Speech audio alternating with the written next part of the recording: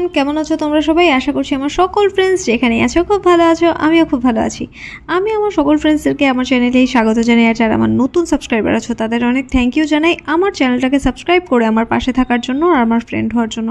আর যারা আমার নতুন ভিউয়ার্স আছো, মানে যারা আমার ব্লগ দেখছো অথচ আমার চ্যানেলটাকে এখনও সাবস্ক্রাইব করছো না, তাদের আমি বলবো কেন করছো এরকম? করে দাও না এবার আমার চ্যানেলটাকে সাবস্ক্রাইব আর হয়ে যাও না আমার ফ্রেন্ড প্লিজ। তো আমি তোমাদের ফ্রেন্ড সোনালি, তোমাদের সকলকে আমাদের এই ছোট্ট ফ্যামিলিতে ওয়ার্ম ওয়েলকাম জানিয়ে ব্লগটাকে এখান থেকেই স্টার্ট করছি। তো দেখো, আজকে বুঝেই গেছো তোমরা এই জায়গাটা দেখে কোথায় এসছি। তো এসছি আজকে নাটক করতে। আজকে স্যাটারডে, বাট এখন আমাদের অন্য একটা প্রোগ্রাম চলছে সানডেতে। তো তাই আমরা বলবো, আগে তোমাদের সাথে তো সব আমি শেয়ার করি, আস্তে আস্তে সবই শেয়ার করব। তো এখনও কিছু ঠিকঠাক হয়নি বলে এখনও তোমাদেরকে খোলাখুলি বলতে পারছি না। তো দেখি কালকের দিনটা কি হয়। তবে এই স্যাটারডেতে এসছি এখানে মানে নাটক করব বলে। তোমরা তো জানো আমরা সানডেতে এখানে ড্রামা করি স্যারের বাড়িতে। তবে আজকে স্যাটারডে, আজকে চলে এসেছি কারণ বললাম এই সানডেতে একটা কাজ আছে। আর এই বাড়িটা ভীষণ সুন্দর। দেখো, এত দিন থেকে আমি আসছি, এটা কিন্তু আমাদের চোখের সামনে, মানে তোমাদের আর আমার সবার চোখের সামনে কিন্তু এই বাড়িটা কমপ্লিট হয়ে গেল। আর ভীষণ সুন্দর বাড়িটা। এই ঠাকুর যে আমাকে কবে টাকা পয়সা দেবে আর আমি এত বাড়ি করব। আর বাড়িতে ঢুকেই মানে একটা সারপ্রাইজ পেয়ে গেছি। দেখো, টিঙ্কুদি চলে এসছে। টিঙ্কুদিকে যে আমার কত ভালো লাগে আমি কি করে বোঝাবো। মানে ভীষণ ভালো মানুষটা, সারাদিন রাধাকৃষ্ণর নাম আর সংসার বাড়ি নিয়ে আছে। ঠিক আছে, আমি 2-3 দিনই দেখেছি, আমার ভীষণ ভালো লেগেছে টিঙ্কুদিকে। ঠিক আছে, তো চলো এবার ভয়েস ওভার ছাড়া গল্পগুলো এনজয় করি। তো আজকে তো স্যাটারডে, ভাইয়ের অফ, তাই ভাই মানে খেয়াল করেনি আমি যে স্যাটারডেতে এখন থেকে ড্রামা করতে আসবো, তাই কল করে দিয়েছিল। তো আমি বাইরে এসে দেখছি নীল আর ওর ফ্রেন্ডরা এখানে দোকানে যাওয়ার চেষ্টা করছে, আর দুটো ছেলে মিলে ওকে দিচ্ছে না। ঠিক আছে, এরপর ভেতরে এসে আবার একটু গল্প গুজব করলাম, ড্রামা নিয়ে একটু গল্প করলাম।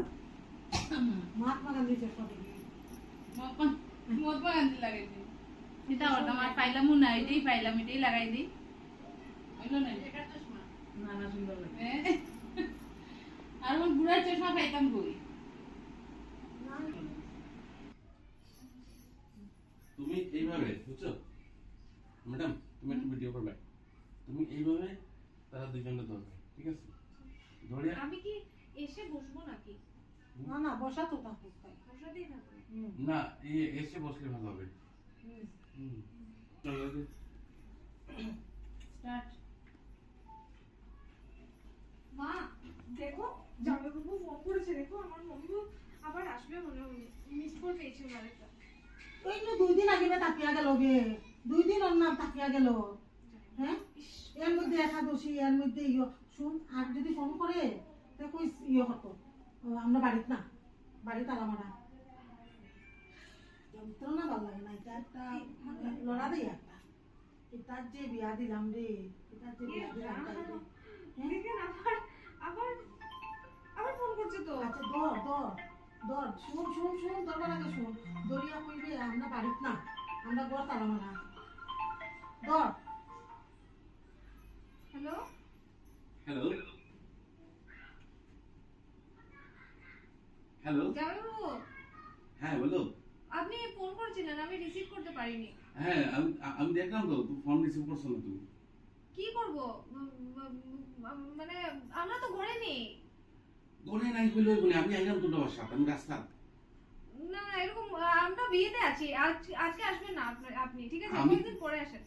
আমি আচ্ছা দাঁড়াও, তুমি তো সামনে থেকে মাত্র তোমার কথা তাই না না, শুনো না, তাই স্পিকার নাই তো। স্পিকার আমি ফোন তো কাটিয়ে দিছি, ফোন তো কাটিয়ে দিছি। এমনি মাত্রা। এমনি আমার এটা কভার করে, মানে এটা এখানে যেমন ফোন, এটা ফোন আর কি। ও আচ্ছা, স্টার্ট। আমি করেছি। আবার এখানে না না, এইখান থেকে না। এখান থেকে দেখো, এটা একটু যেমন তোমার কথাটা একটু যেমন মানে হয়। মা মা দেখো, জামাইবাবু ফোন করেছিল। ঠিক নিবে হ্যাঁ। ইয়ে কাপড় দেখি 2 দিন আগে নিয়ে আইয়া গেল, কি তার লাগি ফোন করছে? ইস, আবার মনে হয় আসবে, ভাল লাগে না আমার আর। ইস, ইয়া মেয়েটারে দিয়ার যে বিপদ পড়ছি রে। আর একটু আই যাইব কি, আবার আইলে তো আর 1 সপ্তাহের মধ্যে আর যাইতো না, ভাল লাগে। 1 সপ্তাহের মধ্যে যাইতো না। শুন, ফোন আইলে পরে বুঝি আমার লগে বুঝি আবার পরে ফোন করিস এটা করতে। হয়েছে, ফোন আইলে পরে না। স্টার্ট। সারপ্রাইজ, আমি আই গেছি।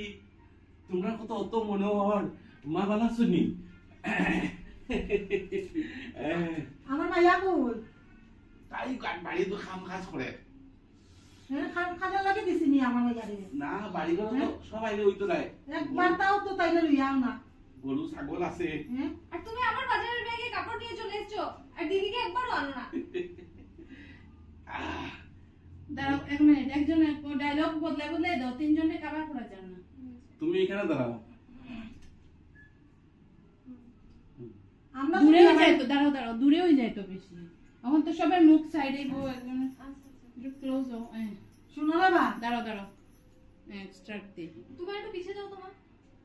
শুনো রে বা আমরা তো বিয়া বাড়ি দিয়ে গিয়ে আমরা নিমন্ত্রণ আমি আর তাই দিলাম বিয়া আর তোমার বাবাও করো না হ্যাঁ তুমি তো এটা জানো হয়।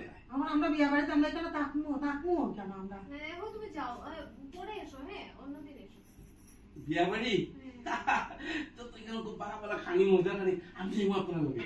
কি দেখো তোমার খাল বাহল নাই নি তুমি জামাই ইস মা খানির লগে এটা খাল বকল আবার কিতা খালি রাখি রে বা ইজ্জত রাখো, জামাই মানুষ তুমি আমাদের বাড়ির। না না আসলে তোমাকে নেমন্তন্ন করেছি নাকি? এরকম কি যাওয়া যায় নাকি নেমন্তন্ন না, না করে? তারা যদি জানতো আমি আইনি তো নিমন্ত্রণ করলো না। তুমি যে এখানে থাকো সবাই জানে, তাও তো বলেনি তোমাকে যাওয়ার কথা। তুমি যাও, এখন আমরা বিয়েতে যাচ্ছি, এখন আমরা বিসি আছি, যাও তুমি। এখন তুমি তোমার ক্লোজ থেকে তোমরা শুনো, তোমরা আমারে অতটা ইয়ে করে আমি তোমার বালা পাই। তুমি আমার শালি, তুমি আমার আপনি আমার শাশুড়ি, আপনারা আমার নিজের মানুষ। তাই যখন রেডি উডি হইয়া বয়া তাই যখন বিয়ে করতে পারতো আমি আপনার লগে যাইবো বিয়া। না শুনো, তোমার আমাদেরকে ভালোবাসতে হবে না, তুমি দিদিকে একটু ভালোবাসো। দিদিকে দিয়ে তো সারাদিন কাজ করাতে থাকো, ঘরের গরু ছাগল সব মহিষ আমার টাউনের দিদিরাকে দিয়ে গ্রামের সব কাজ করাও, আর নিজে এখানে পড়ে থাকো, কোনো কাজ নেই কিছু না। আমি এটা খারাপ পাইলাম না, আপনারা যে আমি খারাপ পাই না, আপনারা নিজের মানুষ। কিন্তু বিষয় কিন্তু আমি খাইয়াইছি না, বাতু খাইয়াইছি না, আমার তো ভাত খাইতে ভাত হবে। খাই আইছো না ঠিক আছে হ্যাঁ না ঠিক আছে কি, ভাত নেই ঘরে, কে রান্না করবে এখন ওনার জন্য? তুমি রান্না করো। না না একদম না, আমি এখন বিয়েতে যাবো, আমি রেডি, আমি এখন বিয়েতে যাবো, এটা কোনো কথা হলো নাকি? শুন ওই ঠান্ডা ভাত একটু আছে ওই ঠান্ডা ভাতটা দিয়া খাই ঠান্ডা ভাতটা না খালি ভাত কি দিয়ে খাবেন আপনি? লেবু আছে নি লেবু? ইয়েস রাম, সর্বনাশ লেবু- খাল লেবু নেই। আচ্ছা আমি একটু সিনিয়র লবণ দিয়ে মাখিয়ে খাইবো। ইস মাগো মা, তুমি আর আমি আজকে দেখতাম না, আজকে থাকবো আমি। না তুমি যাও, আমরা বিয়েতে যাবো, যাও। আমি আজকে থাকবো, আমি কাপড় পরে লিয়ে আইছি, যে গরম কাপড় পরে লিয়ে আইছি, আমি আজকে থাকবো। ইস তুমি থাকলে তো 1 সপ্তাহ আগে যাবে না, দূর আর যাবোই না বিয়েতে, আমরাও সিদ্ধ ভাতে খেয়ে নেবো। আমি উঠেছে আমার একটু বাদ দিন না, ঠিক ইতা লাগছে। আই তো আমি থাকবো, আও লবণ চিনি তো দিল হইব। শ্বশুর বাড়ি চিন্তা আমার বুঝিনি জানি। এখানে স্যারের একটা খুব সুন্দর, স্যার বৌদি আর আমি মিলে একটা ড্রামা করেছি। মানে এখানে কি জানো, বৌদিকে স্যার বলে মানে একটা মানে বুড়ো লোকের এটা মানে কম বয়সী ওয়াইফ, তার মধ্যে আবার বুড়ো লোকটা ভীষণ কঞ্জুস। তো মানে রোজ ঘরে মেডিসিন মানে ব্যথার মলম থাকার পরও উনি বারবারই খালি ওনার ওয়াইফকে পাশের বাড়ির থেকে এই বাড়ি থেকে ওই বাড়ি থেকে মলম আনতে পাঠায়। উনি আবার বয়স্ক, ওনার কোমরে পায়ে ব্যথা, হাঁটুতে ব্যথা, তো উনি রোজই এখান থেকে ওখান থেকে মলমগুলো আনায় এই বাড়ি ওই বাড়ি থেকে। তো এখন আর কেউ দিতে চায় না, কারণ সবাই বুঝে গেছে যে ওনার রোজই পায়ে ব্যথা থাকে, কেন দেবে, ঠিক আছে। তো তখনই উনি বলেন যে ঠিক আছে, ঘরে যে মলমটা আছে ওইটা বার করো।